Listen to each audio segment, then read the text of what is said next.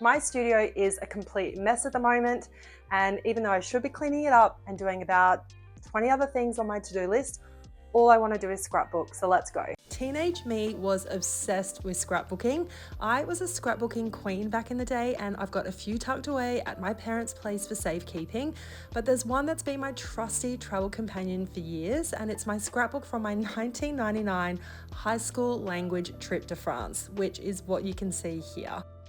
Flipping through these pages is like time travel with a side of cringe.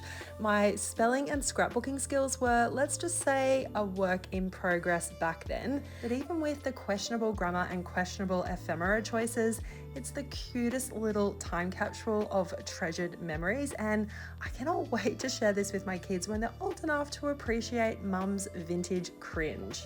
Sadly, my scrapbooking days kind of faded after high school, but after discovering Martina Calvi on Instagram last year, my love for memory collecting is back in full force. This year is officially my year of scrapbooking. From gathering supplies, tools, and materials to exploring different techniques and styles, I'll be sharing my process every month, including my sourcing secrets, supply hauls, tool reviews, and tips from my teenage scrapbook queen days. Scrapbooking has really leveled up in the last 25 years, so I'm also excited to share what I learned and what's evolved. So what are my 3 tips for scrapbooking? My first tip is to choose the right scrapbook. You should fall in love with the cover. The paper should feel nice to touch and shouldn't be too thin, and it should make you feel happy and creative when you hold it. You might like a scrapbook with or without a ring binder. I personally like both, but to me it's more about how it makes you feel. I originally bought this craft paper scrapbook from Spotlight, I think for about $5, and I didn't really love the brown paper, but I couldn't find anything with white paper that I liked, so I used some old ticking fabric that I got from Spotlight a really long time ago and glued that onto the cover and added a red bow. And I had actually started to scrapbook a few of the pages, but then I discovered Martina's absolutely stunning memory collecting journal, and let me tell you, there are so many little details that I've fallen in love with. So as you can see here, it arrived in a gorgeous box with a little note detailing all of the beautiful elements in the journal. It's a hardback with a gingham fabric cover. The extra long pink ribbon is such an amazing detail where you can make it as long or as short as you like. Personally, when I use it, I feel like I'm tying up a pair of ballet points. It is so romantic. There are also crisp white pages with soft round corners. The size, the shape, and the weight is awesome. And I love the secret pages and pocket at the back. I've linked to Martina's memory collecting journal in the description below, and I've also linked to another scrapbook that I've got on my wish list. So as you can see here, this is the scrapbook that I picked up from Spotlight, and I didn't love the craft paper cover, so I simply covered it with ticking fabric that I got from Spotlight. I hid the inside fabric seams using one of the pieces of paper from the scrapbook, and as you can see, I had already started scrapbooking for January. Now, I am hiding something here because I don't want you to find out what I'm up to later this year until it actually happens, but this is where I'm at, and as you can see, I haven't really gotten that far, so I'm actually really excited that Martina launched her scrapbook because it means I can take what I've already done and pop that into hers pretty easily. I pulled out the original pages that I had already worked on and basically adjusted them so I could easily glue them into my new scrapbook. So for a couple of the pages, I had to use scissors to make them smaller, and I also had to change some of the elements. So as you can see here, I had to peel some of these quotes stickers from their original position and then reposition them, which was pretty easy. I honestly wasn't stressed or fussed about this. I feel like this is one of the most amazing things about Scrapbook, and one of my tips is that there are no rules, although it does help to stick with a theme for each page or double page. So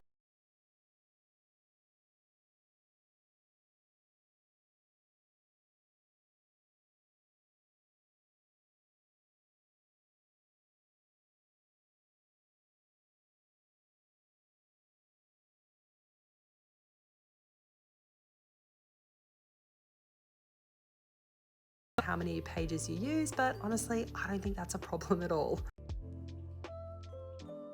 My third and final top tip for scrapbooking is to start collecting your tools and materials, including stickers, printed paper such as wrapping paper, fabric, coasters, scissors, glue, ribbon, buttons, and other little bits and pieces that spark joy and help you to remember key milestones and moments that happen within the month that you're scrapbooking. Scrapbooking is so much fun, and obviously there are a few things you need, so make sure you find a scrapbook that makes you feel excited, proud and creative. There are no rules in scrapbooking, but it does help to stick to a theme for each page or double page, and start collecting your scrapbook tools and materials, no matter how random they seem, because you never know when you'll need to use them. For the last page transfer into my new scrapbook, I decided to make a little envelope using paper that I had saved from a delivery for my 2025 diary from Papier. So it was pretty easy. I basically just cut it to size and then glued it together as you would a normal envelope. And what I ended up doing was writing down that entire list onto little cards that I can pull out and read whenever I want to. I also think it's super important to mention that changing your mind about 100 million times while you scrapbook is all part of the process. This is a classic example. Basically, on the envelope, I had, I guess, a little tear in the page that I needed to hide. So initially I went with a red bow and I didn't like it, so I changed it with a pink bow. The first theme in January is color, because this has had a huge impact on my work over the last couple of years. I glued a piece of thrifted fabric onto the scrapbook paper, and because the fabric was really thick, I had to use tacky glue also to stick the stickers and cut out flowers on top. In the middle, I glued a color palette I found on Pinterest a couple of weeks ago. Using tacky glue wasn't my preferred method here, but I knew it would work best. In hindsight, I wish I used double-sided tape to secure the color grid in the middle and the flowers and stickers on top. But look, scrapbooking is most definitely not about perfection. It's about learning new things and doing things differently. So next time I'll make sure to do that. I also wanted to show you that in the envelope, I wrote down a list of things I did in January on small cards, which I tied together using a very cute velvet ribbon.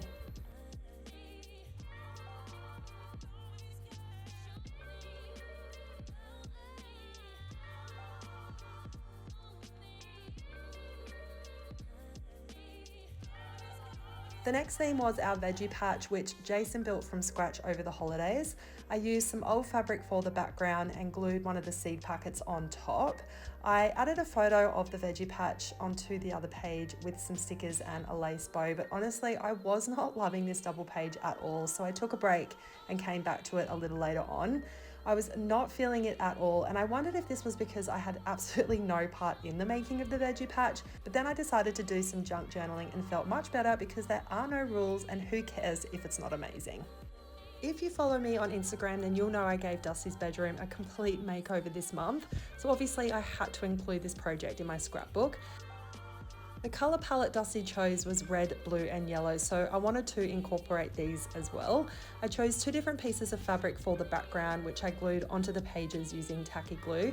I think I might use PVA glue next time because it made the pages crinkle a little bit, which isn't the worst, and I kind of like it because it looks more authentic, but I think it would have looked better when it dried. I framed the double page spread with red rickrack that I got from a local fabric store and made 2 collages using photos I had collected as inspiration for the project and some photos of the bedroom process and reveal.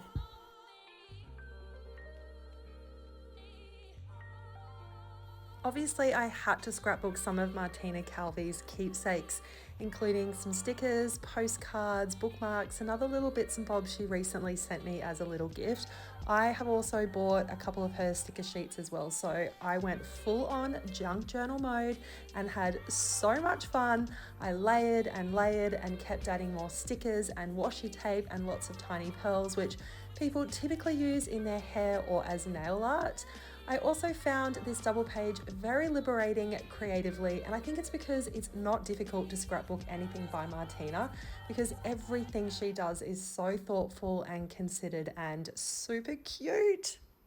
I honestly don't think it gets any more cuter than this. I am so obsessed with this page, and I think junk journaling for me is definitely where it's at. A few days later, I took myself to Officeworks to get some photos printed at their self-service counter. I had been color printing my photos, but didn't love the quality of them, so I was really excited to try this, and I cannot believe how good they look. Plus, they only cost 15 cents per photo, which seems outrageously cheap.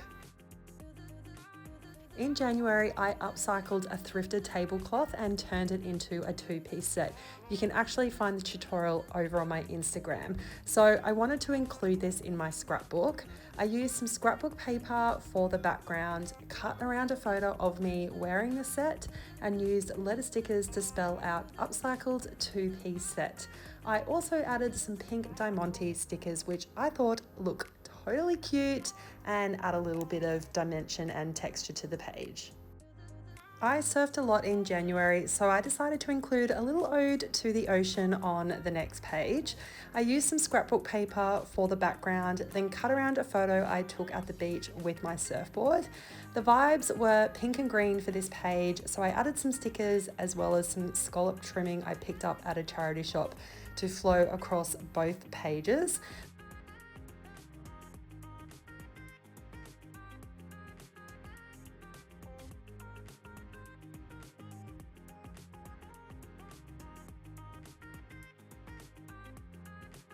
The tacky glue hadn't dried by the time I took these videos, but you can't see the glue now, and honestly, I am so in love with these pages.